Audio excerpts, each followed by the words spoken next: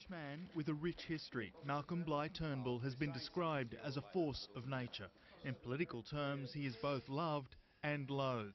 He has rarely, though, been ignored. Okay. Born in the affluent electorate of Wentworth in Sydney's eastern suburbs, Malcolm Turnbull was raised by his father after his mother left. All divorces are difficult and painful. My parents was no exception. My mother had moved overseas. My father and I moved into a smaller flat. Yet my father never spoke a critical word in my presence about my mother, nor she about him. He's amassed a personal fortune of almost $190 million, our richest parliamentarian until Clive Palmer was elected. Tony, time to go. Goodbye, roll over. Malcolm's hopping into bed. Bye-bye, Tony. Before politics, Malcolm Turnbull was a journalist, a lawyer, investment banker and venture capitalist.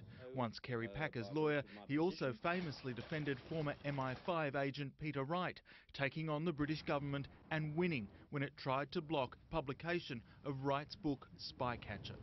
He cut his political teeth as the face and head of the Australian Republican movement. We should seize the day and vote yes for our republic.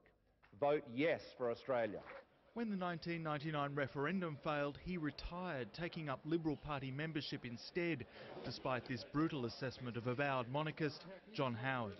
He was the Prime Minister who broke this nation's heart. He rolled the sitting Liberal member Peter King to become the candidate for Wentworth. In every political contest there are winners and losers.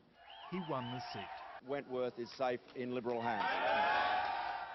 While his business career was stellar, Malcolm Turnbull's political life has been rocky. A cabinet minister in his first term, party leader in his second, it crashed and burned before his third.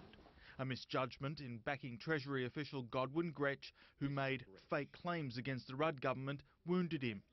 Fatal as opposition leader, support of the Rudd government's carbon pollution reduction scheme, too much for the hard heads of his party's right wing. Tony Abbott won by one vote in a spill. I'm disappointed by the result, naturally. I'm disappointed that we've not only that there's been a change in leadership, but also that there has been a pretty dramatic change in policy. He contemplated resigning from Parliament but was convinced to remain. Putting aside past animosities, he bounced back to become Communications Minister in Tony Abbott's government. Those animosities have certainly returned. It's telling that when asked in 2004 if he had designs on the Prime Ministership, Malcolm Turnbull said this. At this stage, and perhaps forever, my ambition is to be the member for Wentworth. In politics, it seems nothing is forever. Eddie Meyer, 9 News.